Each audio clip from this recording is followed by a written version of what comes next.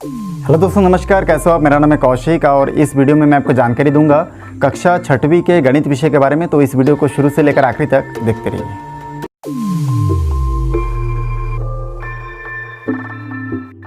तो इस वीडियो में मैं आपको मैथमेटिक्स के कुछ बेसिक चीज़ के बारे में बताऊंगा, जैसे कि यहाँ पे देखिए कोण। ठीक है, इसमें इस वीडियो में मैं आपको बताऊंगा कि कोण क्या है, इसकी परिभाषा क्या होती है, कोण कितने प्रकार के होते हैं और कितना कितना डिग्री का ठीक है होता है, उसके बारे में आपको जानकारी दूंगा। तो यहाँ पे देखिए, सबसे पहले तो मैं कोण को इंग्लिश में एंगल कहते हैं। परिभाषा ले लेते हैं। किसी बिंदु पर दो भुजाओं के बीच बनने वाले ऐसे ही घुमाव या झुकाव को क्या बोलते हैं? कोण बोलते हैं। तो हम लोग देखते हैं कि कैसा झुकाव होता है। तो मैं यहाँ पे स्केल की सहायता से देखिए, मैं एक एग्जाम्पल ले लेता हूँ इसमें। चलिए, एग्जाम्पल लेके फिर स्केल की सहायता से मैं आपको बताऊंगा। जैसे कि देखिए, यहाँ पे मैं इस प्रकार से ठीक है, ये पहला एक भुजा है और ये दूसरा भुजा है, मान के चलिए, ठीक ना। तो इस प्रकार से मैं एक बना दिया। अब इन दोनों भुजाओं के बीच का जो कोण है वो कितना है? 90 अंश का है। तो देखिए, ये पहली भुजा है और ये दूसरी भुजा है। ठीक है, तो इसको हम लोग नाम भी दे सकते हैं, यहाँ पे ए और यहाँ पे बी। तो देखिए, ये जो ओ ए भुजा है और जो ओ बी भुजा है, इन दोनों भुजाओं के बीच जो झुकाव है, ठीक है, दोनों के बीच का जो झुकाव है वो क्या है? कोण कहलाता है। तो इसको हम लोग नाप के बता सकते हैं कि कितना है। जैसे इसमें 90 अंश में बताया आपको। दूसरा, मैं इसमें मान के चलिए इसका आधा मैं अगर इस प्रकार से बनाऊं, ठीक ना, इसका आधा वाला एक कोण मैं बना दूं इस प्रकार से, तो देखिए यहाँ पे इसका जो झुकाव है, ये इनके बीच का कोण का जो झुकाव है वो क्या है? आपका कम है। तो इस प्रकार से हम लोग इसका भी देख सकते हैं। तो इन दोनों के बीच का जो झुकाव है इसी को कोण बोलेंगे। ठीक है, इन दोनों के पहली भुजा और दूसरी भुजा, इन दोनों भुजाओं के बीच का जो झुकाव है उसी को हम लोग क्या बोलते हैं? जो घुमाव है उसी को कोण बोलते हैं। तो इसमें इस प्रकार से कोण यहाँ पे है। यहाँ पे कोई कोण नहीं बनेगा क्योंकि इसमें कोई दूसरा और एक भुजा नहीं है, सिंगल भुजा है, तो इसमें कोई कोण नहीं बनेगा। ठीक है, तो इस प्रकार से इसके आगे देखते हैं कि भुजा कोण कितने प्रकार के होते हैं। तो देखते रहिए। पहला जो कोण है वो है आपका शून्य कोण, जिसको जीरो एंगल भी कहा जाता है। वह कोण जिसका माप शून्य हो, ठीक है, उसी को हम लोग क्या बोलते हैं? शून्य कोण कहते हैं। अब शून्य कोण में देखिए, जैसे कि यहाँ पे मैं ले रहा हूँ, देखिए सबसे पहले एक बिंदु ले लेता हूँ, ठीक ना, इसमें दो भुजा ले लेता हूँ, एक भुजा और ये दो भुजा, और यहाँ पे एक बिंदु मैं मान के चलता हूँ कि यहाँ पे कोई बिंदु ओ है।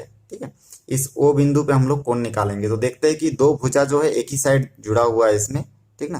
पहली भुजा का नाम हम लोग इसमें ए दे देते हैं, ठीक है, पहला बिंदु ए बी। तो ए और बी एक भुजा है और बी और ओ क्या है? दूसरी भुजा है। अब इन दोनों भुजाओं के बीच का कोई घुमाव नहीं है, देखिए, क्योंकि ये क्या है? ओ के जो मुख्य बिंदु वो है, इस बिंदु के क्या है? एक साइड में जुड़ा हुआ है, तो इसमें कोई भी कोण नहीं बनता है। हम लोग अगर इसको चांदा की सहायता से भी नाप के देखें, तो देखिए आप, इसमें हम लोग इसकी सहायता से अगर नाप के देखेंगे तो ये एकदम जीरो के इक्वल है, ठीक है, जीरो के बराबर है। तो इसमें कोई भी कोण नहीं बना, इसलिए हम लोग क्या बोलते हैं कि ये शून्य कोण है। शून्य कोण के बाद दूसरा नंबर पॉइंट में आता है सरल कोण। अब सरल कोण का नाम से स्पष्ट है कि सरल मतलब सीधा। ठीक है, तो यहाँ पे सरल कोण क्या है? देखिए, इसमें मैं ले लेता हूँ, ठीक है, एक इस प्रकार से एक लाइन खींच लेता हूँ और दो भुजा ले लेता हूँ, या फिर तो चलिए दो भुजा लेने के बाद ये देखिए दो भुजा मैं ले लिया। ठीक, अब इसके जो सेंटर है, इस सेंटर को मैं ओ मानता हूँ और इसको बी मानता हूँ और इस बिंदु को ए मानता हूँ। ठीक है, यहाँ पे देखिए ए से ओ तक एक भुजा है और ओ से बी तक दूसरी भुजा है। अब इनके बीच हम लोग देखते हैं कि मेन सेंटर ए है, तो हमको इन दोनों के बीच का गैप हमको पता करना है। तो इन दोनों भुजाओं के बीच का कोण हम लोग मालूम करेंगे। तो हम लोग हमेशा कोण को क्या है? चांदा से नापते हैं। तो इस प्रकार से चांदा मैं सेट करके अगर नापूंगा तो देखता हूँ कि देखिए यहाँ से लेके, ठीक है, शून्य से लेके दूसरा भुजा जो है, इन दोनों के बीच का गैप कितना है? 180 अंश का है। मतलब यहाँ से लेके यहाँ तक का जो गैप है वो कितना है? 180 डिग्री का है। ठीक है, तो इस प्रकार से हम लोग जानते हैं कि सरल कोण कितना का होता है? 180 अंश का होता है। इसलिए इसको सरल कोण कहते हैं, क्योंकि पहली भुजा और दूसरी भुजाओं के बीच का जो घुमाव है वो कितना है? 180 अंश। तो इस प्रकार से इसको सरल कोण कहते हैं। इसके बाद तीसरा नंबर जो है वो है आपका न्यून कोण। न्यून कोण वह कोण है जो शून्य से बड़ा तथा 90 से छोटा हो। ठीक है, 90 अंश से क्या हो? छोटा हो, उसी को हम लोग क्या बोलते हैं? न्यून कोण कहते हैं। अब न्यून कोण को भी आपको मैं बना के दिखाता हूँ।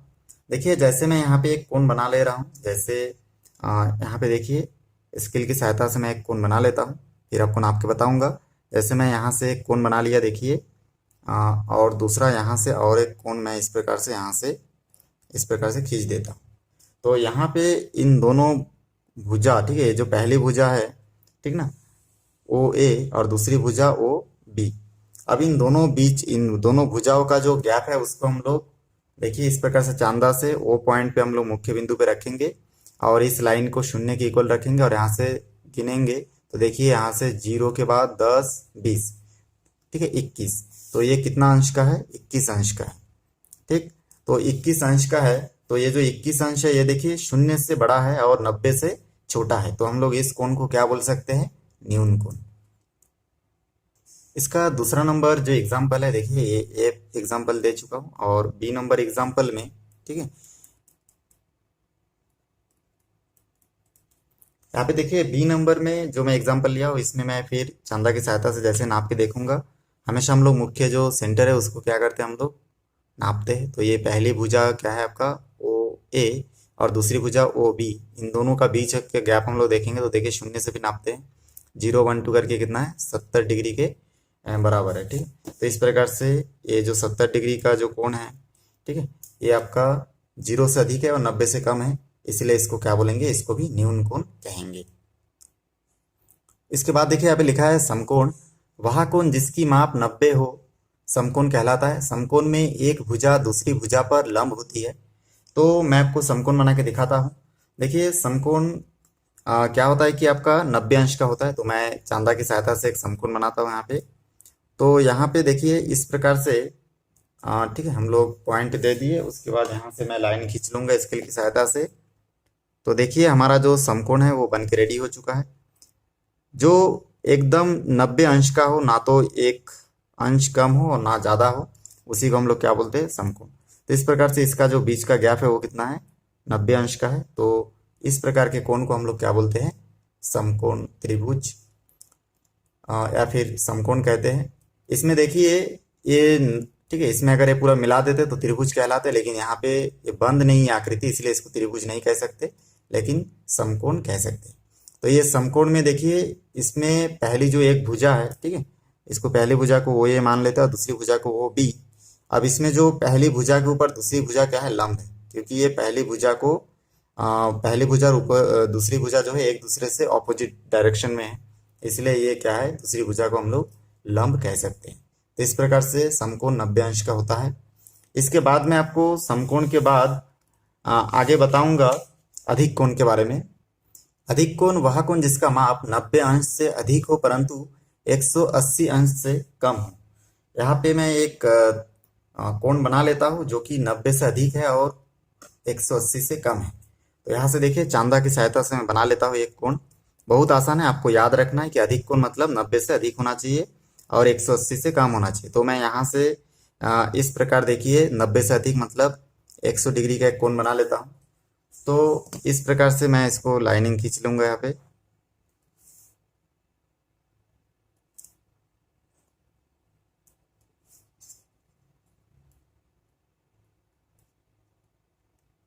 तो यहाँ पे देखिए ये जो दो भुजा है ओ ए और ओ बी, ठीक है, ये पहली भुजा और ये दूसरी भुजा, इन दोनों का जो गैप है वो कितना है? 100 डिग्री का हम लोग रखे इसमें। देखिए आप यहाँ से देख सकते हैं कितना डिग्री का रखे इसमें? 100 डिग्री का। तो ये 100 क्या है? 90 से अधिक है और 180 से कम है, इसलिए इस प्रकार के कोण को हम लोग क्या कह सकते हैं? अधिक कोण। इसके बाद आता है आपका प्रतिवर्ती कोण। वह कोण जिसका माप समकोण 180 अंश से अधिक तथा 360 से कम हो प्रतिवर्ती कोण कहलाते हैं। तो यहाँ पे हम लोग एक प्रतिवर्ती कोण आपको मैं बना के दिखाऊंगा। तो प्रतिवर्ती कोण बनाने के लिए देखिए जो कि 180 से अधिक होना चाहिए, तो हम लोग यहाँ पे 180 के सीधा में इस प्रकार से, ठीक है, लाइनिंग दे देते हैं। अब यहाँ पे देखिए मैं 180 के सीधा में लाइनिंग दे दिया। अब हमको 180 से ज़्यादा का कोण बनाना है, तो मैं यहाँ से, ठीक है, यहाँ से ये मैं मुख्य बिंदु से और भी थोड़ा सा इसको घुमा देता हूँ इस प्रकार से। और देखिए 180 और मैं 20 अंश और ले लेता हूँ, ठीक है। ऊपर का ये जो लाइन है 180 का है और यहाँ से 20 में और नीचे तरफ ले लिया, देखिए 10, 20, ठीक है, 20 को सीधा मैं रखता हूँ। तो इस प्रकार से यहाँ पे देखिए ये 20 अंश का और ले लिया हूँ। तो यहाँ पे ये जो पहला आपका यहाँ से सीधा लकीर अगर मैं खींचता, चलिए यहाँ पे डैश दे देता हूँ मैं, ठीक है, डॉट डॉट करके आपको समझा देता हूँ ताकि आपको समझ में आए। यहाँ पे देखिए ये जो डैश वाला लाइन है, ये सीधा लाइन अगर मैं एक साथ मिलाता तो ये कितना का बनता है, 180 अंश का। लेकिन मेरे को क्या बताना है इसमें, 180 से अधिक तथा 360 से कम का कोण बनाना है। तो मैं 120 का बना रहा हूँ, ठीक है, सॉरी। तो मैं यहाँ पे आपका जो कोण बना रहा हूँ ये कितना का बना रहा हूँ, हाँ 180 से अधिक बना रहा हूँ और 360 से कम। तो यहाँ पे ये जो सीधा लकीर है ये तो 180 का है, मैं और 20 कोण अधिक अतिरिक्त ले लिया नीचे तरफ, तो कितना हो गया टोटल मिला के 180 और 20 200 डिग्री। तो इस प्रकार से ये जो कोण है इनके यहाँ से लेके यहाँ तक का गैप कितना है, 200 डिग्री का है। तो ठीक है, ये क्या होगा आपका प्रतिवर्ती कोण होगा। तो इस प्रकार से हम लोग नामकरण भी कर सकते हैं, ये ओ डिग्री, ये बी कोण, और ये हो जाएगा आपका, ठीक है, इसमें बी दे दीजिए, और ये होगा आपका ए भुजा।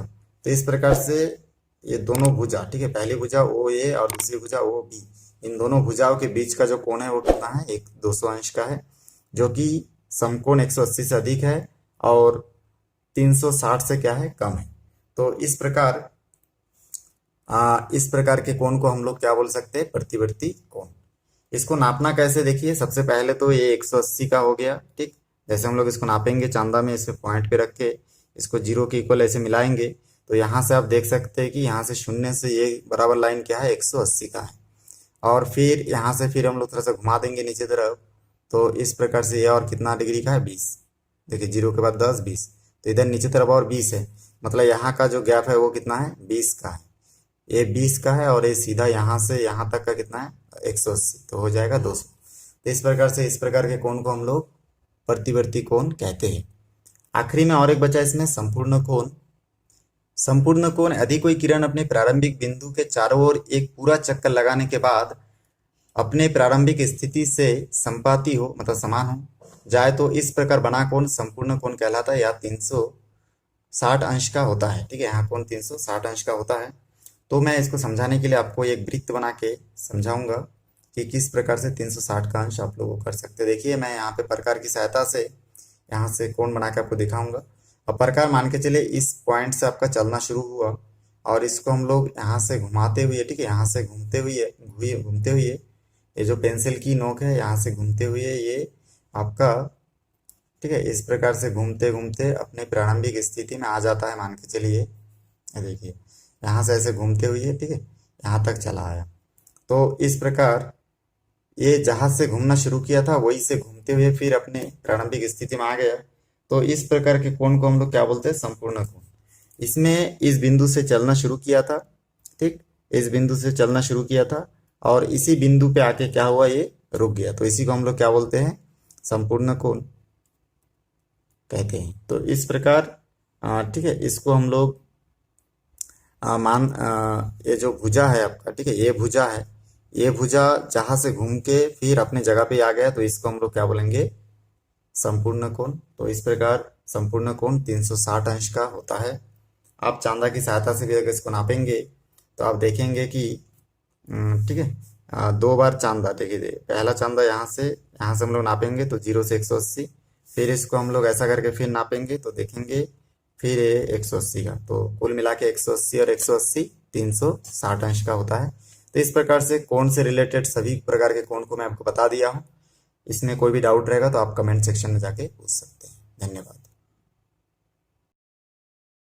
दोस्तों, वीडियो अच्छा लगे तो लाइक करें, शेयर करें, सब्सक्राइब करें और बेल आइकन को भी प्रेस करें ताकि जब भी मैं कोई नया वीडियो बनाऊँ तो उसका नया अपडेट सबसे पहले आप तक पहुँचे। धन्यवाद।